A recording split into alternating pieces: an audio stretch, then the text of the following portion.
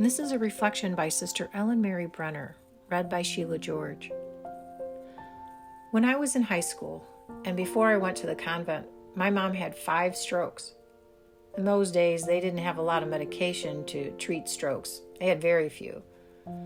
In 2019, I had my first stroke, and I thought I was going to die. I was really upset. I was at the breakfast table. I said, I can't move my arm. I can't move my leg. There's something wrong. We made it as far as the elevator, and I couldn't feel my arm now. The sister said, you sit there and don't move. So you can't see me right now, but she shook her finger at me. And then I think it was the nurse who came down with a wheelchair and a blood pressure cuff. By the time they got me to the hospital, my blood pressure was 240 over 120. I kept saying, I have a headache. I have a headache. The guy in the ambulance goes, I know. That was the beginning of a major health change. I don't want to use the word change. I want to use the word scared, because I was scared, right? And I'm thinking, oh my gosh, I am such a mess. I'm such a mess. But my biggest thing is, I thought I was going to die from it. Here I am. My mom's gone for 38 years now. And I'm still here. I spent a week in ICU and 2 weeks in rehab. And I went to Our Lady of Angels. And all the time I was at the hospital, I had no priest, no sister, no chaplain. I couldn't take communion. And I didn't know what to pray, so I just kept saying my Hail Marys. I didn't have my office book, no prayer books. Felt kind of alone. I talked to my friends on the phone a couple of times, but it was like a desert. I felt like I was in the desert and I couldn't get out. Rehab was hard. They took me to the bathroom in a stand-up wheelchair. They put you in and they put a belt on you like in physical therapy, and they hook it to this machine and it takes you to the bathroom. I made it. I did it. It took 2 people. I did not like that. It was back and forth. Then that passed, and then I went to Our Lady of Angels. It was lovely, and I was happy with it, but the rehab was terrible, and I still have this feeling in my chest, right here in my heart. I was thinking I was going to die. That was from my first stroke.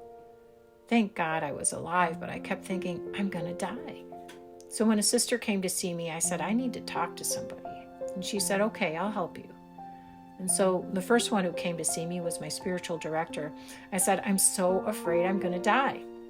I'm afraid that tomorrow I'm going to take a breath and that'll be it. I said, I don't want to die yet. I thought I was doing pretty good. My speech was bad. I was in speech therapy. I couldn't eat real food. I had to eat pureed stuff. But I thought, if I can live this way, if this is the way I can live, I'll do it.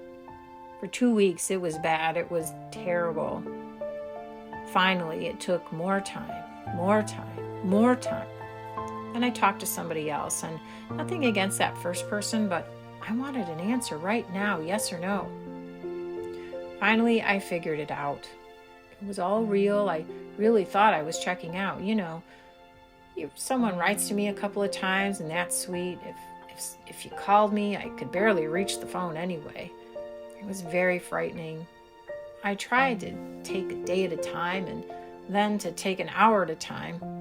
It was usually 1 day at a time, but I couldn't do a day, an hour or so, and that was it.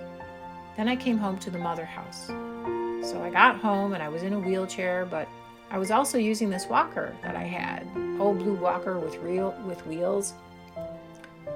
And they said I can't use it because it's too risky.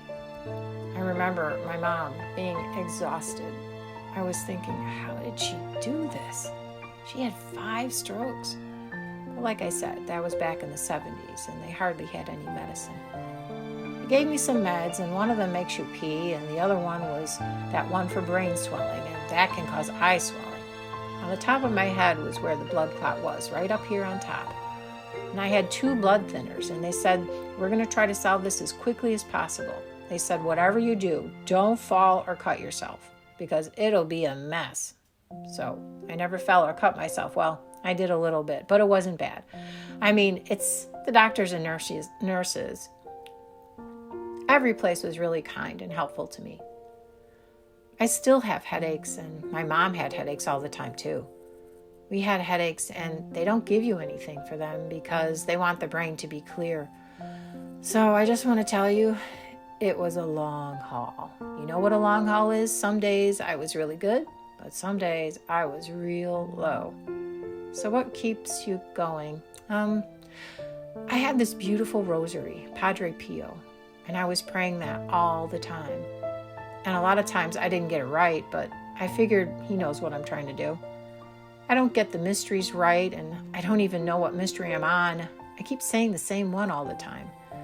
I thought, I want to live. I want to do everything exactly right. You know this. It was very frustrating. That's the word, frustrating. Everybody expected me to be so happy, and they said, oh, you're home, and you're living, and you're doing good. I kept praying to Padre Pio, the Blessed Mother, Jesus, Mary, and Joseph. They all helped me. It didn't happen just like that, and I couldn't stand my fingers because they were swollen. I did better, but it was really gradual, real gradual progress. But I kept going. I didn't ever stop. I was mad, but I never stopped. I'm better today. That was 4 years ago, and I'm much better today. Through God and Padre Pio, Jesus, Mary, and Joseph. And I'm working. I can't do everything I've planned out for the day. I don't worry. I try to do 3 things a day. I wrote my letters. I did my other things. And I know this might sound funny, but I gotta give myself a break. I gotta give myself a break because I can't do anything perfect anymore. Not that I ever did, but I'm just saying, you know? So you have to accept your limitations. Oh, yeah, it's so hard for me to walk and breathe and push this jalopy and everything else, you know? All the little things. I want to look forward to my Jubilee, and there's so many things to live for. See, before I would think of all the reasons I was going to die, I never thought about what to live for. I just thought I was going to check out. I wanted to live because I thought that's what Padre Pio wanted me to do. And I thought that's what Jesus, Mary, and Joseph wanted. I still help people. I try to be nice. I try not to be a crab. I'm very grateful to God and all the sisters who love me. One of my sister friends sits with me every day, and all my sisters from Holy Family Community. I did it. I did it with the help of God and my friends. If I get mad, I get mad. That's human. I can't pretend I'm not mad. Sometimes I'm ready to put my foot through the wall. You know, and I'll be all right. It'll be all right. Sometimes I just sit there in my chair and I tell myself that it'll be all right. Just have to calm myself down. I'm very grateful to everybody, and I'm grateful to God, many people, and Jesus, Mary, and Joseph. One person said to me, wow, you're living on borrowed time. I'm living on my time. I don't want anybody else's time. I want my time. And I pray for the sick every day, each and every person who is sick, going through stuff, feeling down. I pray for all those people every day. Thank you. End note. Since that reflection, Sister Ellen Mary's health has further declined. She takes things a day at a time, sometimes an hour at a time, sometimes a minute at a time. The grace of God and kindness of both friends and strangers helps her through the day.